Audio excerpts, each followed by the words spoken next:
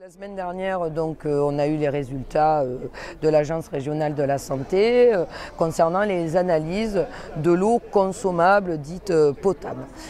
Immédiatement, bien évidemment, la Société des eaux de Marseille a pris attache avec nous pour nous dire que ces analyses n'allaient plus permettre la consommation sur le secteur des Bray-Barjaquet et de la zone d'activité. Donc on est d'accord, cette eau est utilisable si on la fait bouillir 2 minutes.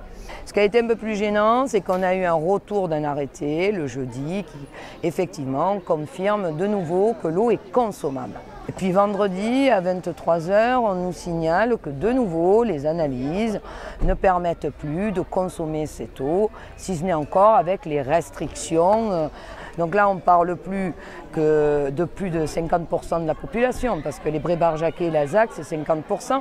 Là, on parle de la totalité de la ville en restriction. Donc ça nous fait 2 points de ravitaillement.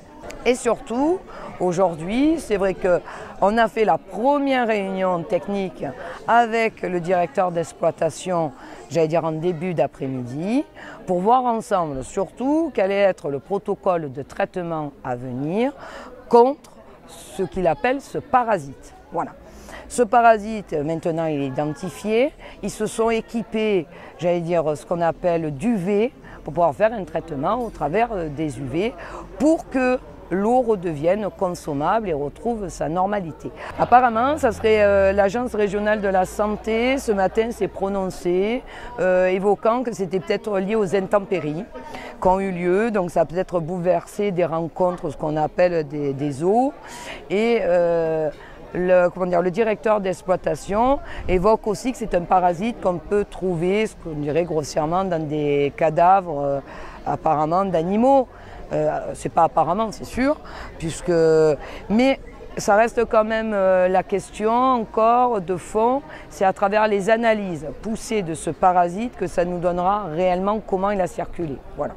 Un peu, on s'arrange comme on peut. C'est vrai qu'au début, on faisait les courses normalement, mais très vite, les magasins ont été pris d'assaut, donc plus de courses.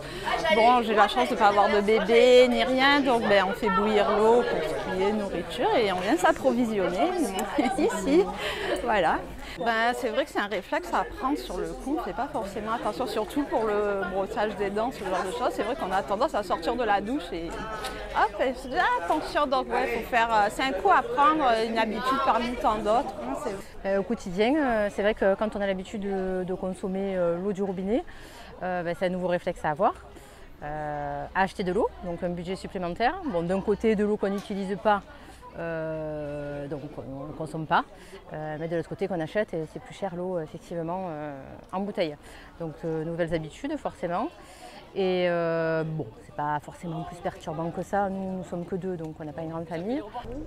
On fait bouillir l'eau pour laver les légumes, pour donner aussi aux chiens et aux chats. Parce que paraît-il que c'est pas conseillé qu'ils boivent aussi. Et voilà, puis on fait avec.